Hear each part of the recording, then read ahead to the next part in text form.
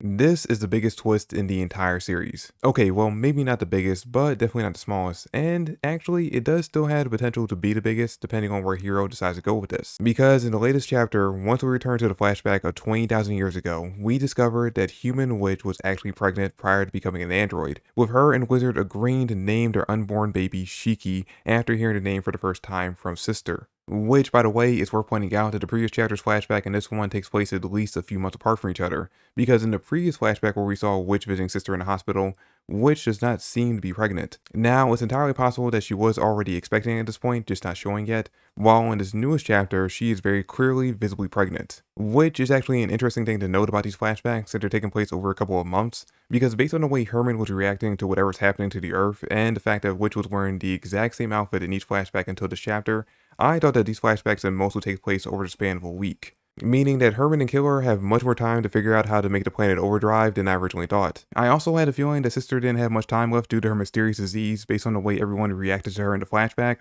but clearly her disease is connected to whatever's happening with the planet, so if the Earth has months before it ends up dying, so does she. Now, getting back to the Witch's pregnant twist, because like I said, this could potentially be the biggest reveal in the entire series, but more than likely it's going to end up being the most tragic one. Because there is a slight possibility that the baby could be revealed to be Shiki, meaning that this whole time Witch was not only playing the mother-like role for him, but was his actual mother. And somehow he was transported almost 20,000 years into the future after his birth. 19,985 to be exact, given the fact that he is currently 15 in Universe Zero. And if that ended up being the case, this would definitely be the biggest reveal we've had as of yet in the entire series. But given the fact that this is all taking place in a flashback, and that we know something drastic will happen that will cause the 8 stars to be turned into androids, plus whatever ends up happening with the planet, it is more than likely that this baby will end up being an unfortunate casualty of all of this, making this one of the most tragic twists in all of Eden Zero. But there is actually a third option, because just like there's a chance that Shiki is actually the baby from the flashback,